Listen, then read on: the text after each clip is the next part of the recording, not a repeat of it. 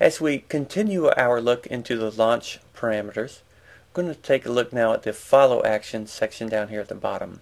Now what the follow action does is it determines what happens after a clip has been played. It can be told to automatically go up or down or increase some random variation. Let's see that in action now. I'm going to take my first clip and tell it to follow, have something follow it after 4 bars have been played. And then I'm going to say, here's what I want it to do. Do I want to stop, to play itself again, to jump up to the one above it, to jump to the one below it, jump to the first in this group, the last in this group, some any or other. So we're going to have it jump down to the next one. Now watch what happens when I launch this. The next clip that will automatically follow is already flashing its launch clip. And after we've played 4 bars, it automatically switches to here. And now I'm stopping with the space bar. Now if I click on this clip right here, we can see it has no follow actions. Now what I wanted to do after this one is to actually play original number 3, so I'm going to pull this down and make some space, and I'm going to copy original 3. So I'm going to hold down my option key, or alternate if you're on Windows, click and hold and drag it down. So now I have a copy. So again, looking again at my variation 1, I'm going to say after you've played for 2 bars, click and hold and raise up till you get the number. Click and hold now and say play the next. So now when I play this one, after 2 bars it automatically comes down. And this one, because I copied it, has the same follow action. After you've played for 4 measures, then jump down to the next one. Now let's look at this final one, this variation 2, and again we can see it has no follow action. Again, I'm going to click and hold and change this to 2 measures. After 2 measures have played, I want you to use the following action of going to the first. So now we're going to play from the top. It'll wait 4 bars and be followed by variation 1. It'll wait 2 bars and be followed by this copy of original 3.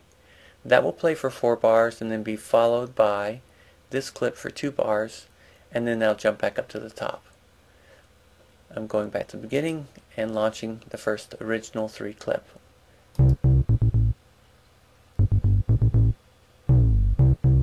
And again, after 4 bars we'll see this one play.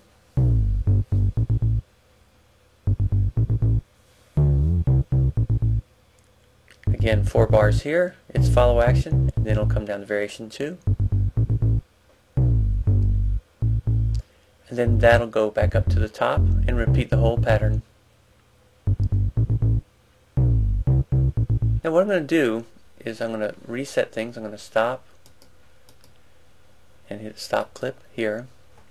And I'm going to take this bass part down here and pull these down.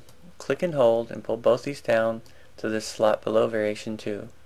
Additionally, I'm going to select both these by click and hold. You can just drag down if you want. And then right click and choose remove stop button. Now this will make sense in just a moment.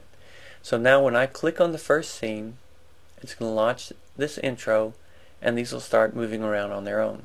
Here we go.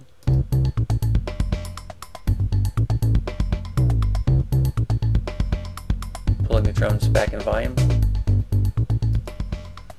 Now I can launch scene 5, changing the drum groove, and the finger bass will keep going on its own pattern.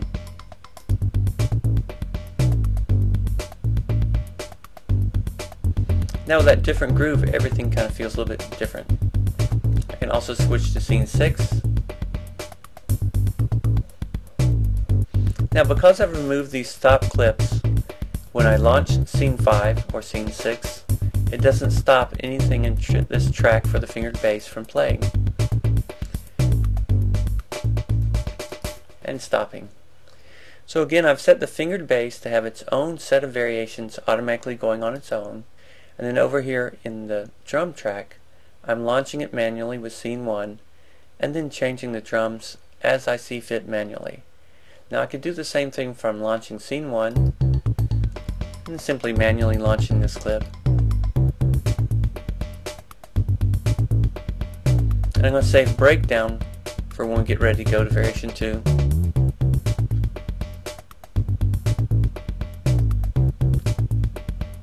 Now going to breakdown.